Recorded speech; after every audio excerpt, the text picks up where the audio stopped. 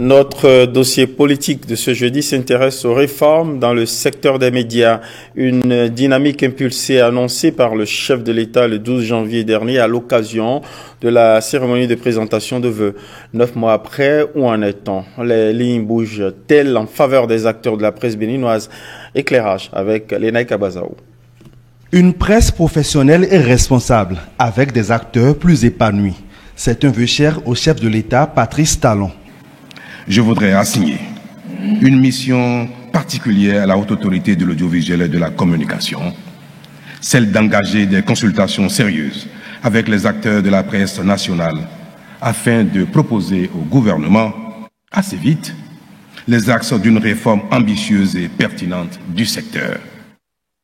Personne n'ignore, en réalité, que le secteur des médias au Bénin mérite une thérapie d'envergure pour favoriser l'avènement de véritables entreprises de presse dans lesquelles les professionnels bénéficient de conditions de vie décentes pour cesser d'être exposés aux vices, à la précarité et à l'incertitude du lendemain.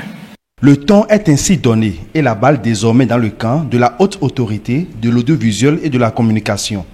Conformément au souhait présidentiel, des démarches sont menées par l'institution pour des concertations avec les acteurs de la presse béninoise et des collectes de propositions. Ce qui a conduit à la rédaction d'un projet de rapport des réformes dans le secteur des médias au Bénin. Un document très récemment soumis à validation. Dans la réforme, on a essayé de proposer quel type de formation et d'éléments qui peuvent concourir à un professionnalisme de haut niveau national et international. Quelle est la presse qui accompagne les acquis démocratiques, l'histoire de notre pays?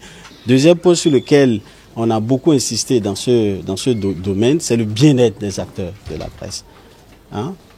Quel pouce on peut donner pour que l'acteur de la presse, du média, vive vraiment de son travail par rapport à ce qui se passe aujourd'hui? Et bien évidemment, on ne peut pas parler de ça, et c'est le troisième point, sans voir quel type d'entreprise on peut avoir. Donc pour cela, on s'est vu ici pour valider le contenu et on souhaiterait quand même que d'ici 2 mois, 3 mois, qu'il y ait des aspects qui commencent par sortir et fleurir pour qu'on puisse sentir que ces réformes-là vont y arriver.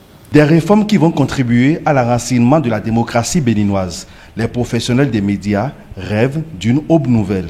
D'ici peu, que lorsque le professionnel des médias, n'importe où il se trouve sur le territoire national, lorsqu'il est détenteur de sa carte de presse, il soit en sécurité. La sécurité de sa personne et de son matériel. C'est très important. De sa personne et de son matériel.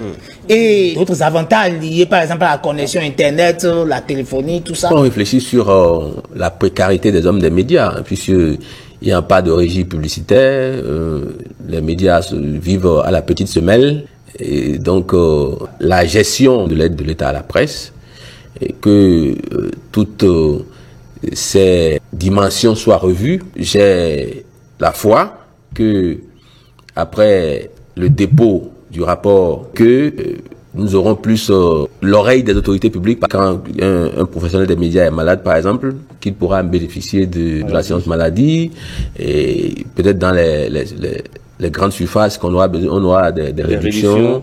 Au confluent des propositions à remonter par la HAC et des vœux de chaque acteur concerné, l'exécutif saura adopter les réformes idoines pour l'avènement d'une presse béninoise plus digne.